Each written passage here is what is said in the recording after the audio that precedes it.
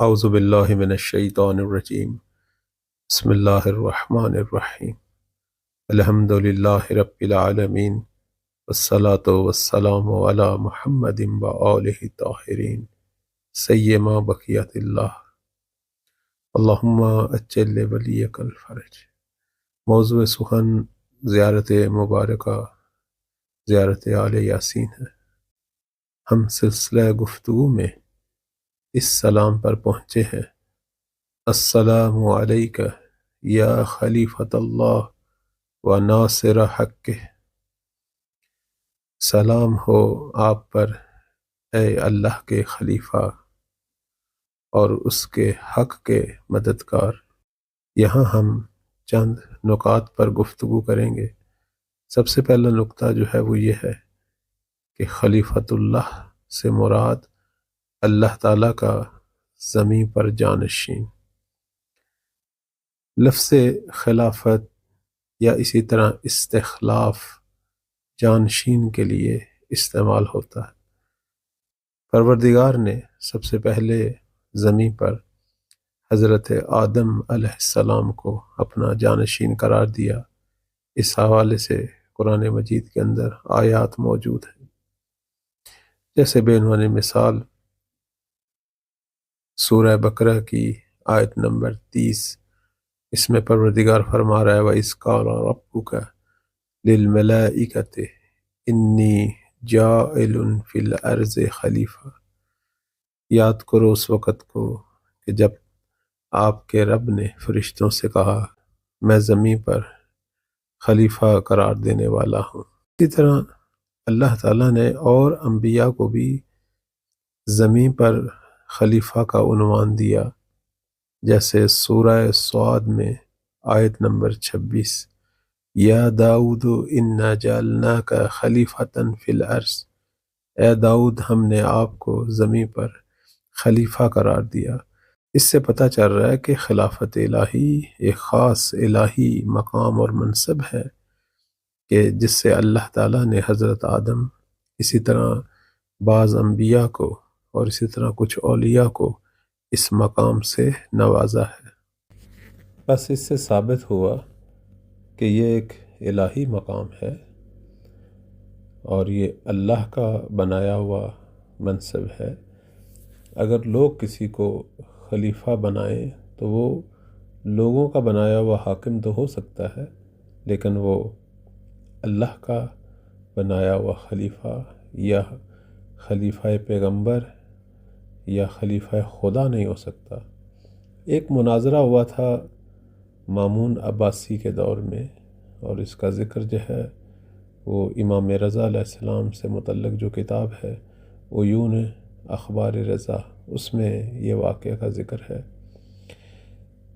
کہ اس مناظرے میں سنی فقہا سے جو مناظرہ ہوا اس میں مامون عباسی ہارون رشید کا بیٹا امام رضا علیہ السلام کے علم اور استدلال سے متاثر ہوا، اور اس نے خود اہل سنت کے فقہا سے یہ گفتگو کی کہ مجھے یہ بتائیں اس شخص کے بارے میں کہ جسے لوگوں نے خلیفہ کا عنوان دیا، آیا جائز ہے کہ اسے خلیفہ نبی یا خلیفہ خدا کہا جائے، حالانکہ نبی نے اسے اپنا جانشین قرار نہیں دیا تھا؟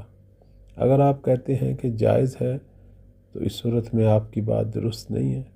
اگر آپ کہیں کہ نہیں تو اس کا نتیجہ یہ ہے کہ جناب ابو بکر جو ہیں وہ خلیفہ پیغمبر یا اللہ تعالیٰ کی طرف سے خلیفہ جو ہے وہ نہیں ہو سکتے۔ اگر آپ نے خلیفہ رسول کہیں گے تو آپ نے گویا نبی اسلام پر جھوٹ باندھا، اور پھر ان لوگوں کے زمرہ میں قرار پائیں گے کہ جنہیں پیغمبر نے جہنم کا وعدہ دیا ہے۔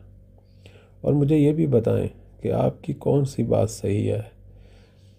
یہ جو آپ کہتے ہیں کہ پیغمبر جب دنیا سے گئے تو انہوں نے کسی کو اپنا خلیفہ جو ہے یا جانشین قرار نہیں دیا، یہ ٹھیک ہے؟ یا یہ ٹھیک ہے کہ جو آپ ابو بکر کو کہتے ہیں کہ وہ خلیفہ رسول خدا تھے؟ اگر دونوں حرف ٹھیک ہوں تو یہ ناممکن ہے، چونکہ دونوں میں تناقض اور تضاد ہے، اور اگر ایک ٹھیک ہے تو یقیناً دوسرا باطل ہے۔ تو پس تقویٰ پیدا کریں اور اپنے اندر تحقیق کریں اور تقلید کو چھوڑ دیں کہ جو بزرگوں نے یا پہلوں نے کہا ہے ہم نے اسی کو لے کے چلنا ہے۔ شبہات سے دوری اختیار کریں۔ خدا کی قسم اللہ تعالیٰ صرف ان لوگوں کے عمل کو قبول کرے گا جو غور و فکر کے ساتھ انجام دیں اور ایسے کام میں داخل نہ ہوں کہ جہاں آپ کو حق کا یقین نہ ہو، جہاں شک ہو، تردید ہو، تو وہ انسان کو کفر کی طرف لے کے جاتا ہے، اور کافر کی جگہ جو ہے وہ جہنم ہے۔ تو یہاں مامون بادشاہ نے خود ہی اپنے مذہب کے فقہا کو لاجواب کر دیا۔ ادھر ہم دیکھ رہے ہیں کہ پیغمبر اسلام صلی اللہ علیہ وآلہ وسلم سے جو متواتر روایات ہم تک پہنچی ہیں اس میں واضح ہوا ہے کہ 12 ائمہ جو ہیں وہ اللہ تعالیٰ کی طرف سے زمین پر الہی خلفاء ہیں۔ نبی اسلام کا یہ فرمان موجود ہے، فرماتے ہیں کہ یہ 12 ائمہ جو ہیں میرے جانشین ہیں، میرے وصی ہیں، اور میرے بعد لوگوں پر اللہ تعالیٰ کی طرف سے حجت ہے، اور میری امت کے بزرگ لوگ ہیں، بڑے لوگ ہیں۔ اسی طرح امام رضا علیہ السلام کا فرمان ہے کہ یہ ائمہ جو ہیں یہ اللہ تعالیٰ کی طرف سے زمین پر خلفاء ہیں۔ یہ جو ہم کہتے ہیں السلام علیکہ یا خلیفۃ اللہ، یعنی اے وہ ہستی کہ جسے اللہ نے اپنا خلیفہ زمین پہ قرار دیا، آپ پر سلام ہو۔ اور یہ بات تو اہل سنت کی کتابوں میں بھی موجود ہے، جیسے نعیم بن حماد کی جو کتاب ہے الفتن، اس میں وہ نبی اسلام سے صلی اللہ علیہ وآلہ وسلم سے نقل کرتے ہیں کہ میری امت میں ایک خلیفہ آئے گا کہ جو لوگوں کو مشت جو ہے وہ مال جو ہے وہ بخشے گا، یعنی مٹھی بھر بھر کے مال دے گا اور اسے شمار نہیں کرے گا۔ اسی طرح صحیح مسلم میں جناب جابر ابن سمرہ سے نقل ہوا ہے کہ کہتے ہیں کہ ایک دفعہ میں اپنے والد کے ساتھ رسول اللہ کی خدمت میں پہنچا اور سنا وہ فرما رہے تھے کہ یہ اسلام کا امر ختم نہیں ہوگا یہاں تک کہ 12 خلفاء جو ہیں وہ لوگوں کے لیے آئیں۔ اس طرح کی روایت جو ہے وہ مسند احمد میں بھی ہے۔ تو بس یہاں جس چیز کی طرف ہم متوجہ ہوتے ہیں وہ یہ کہ امام زمان علیہ السلام کے لیے یہ جو خلافت کا منصب ہے، اس کا مطلب صرف یہ نہیں ہے کہ وہ جب ظاہری طور پر حکومت کریں گے، ظہور کریں گے، اس وقت وہ خلیفۃ اللہ ہیں، نہیں، بلکہ مولا جب سے پیدا ہوئے ہیں اسی وقت سے خلیفۃ اللہ ہیں، اور اسی زمانہ غیبت میں بھی آپ بے عنوان خلیفۃ اللہ لوگوں کے امور کو انجام دے رہے ہیں۔ اور اس زمانے میں حضرت خضر اور اسی طرح وہ ابدال جن کو یعنی غیبت کے جو ناصر ہیں مولا کے، رجال الغیب بھی کہا جاتا ہے، وہ مولا کی خدمت میں ہیں اور ان کے ہمراہ ہیں اور یہ سارے امور انجام دے رہے ہیں۔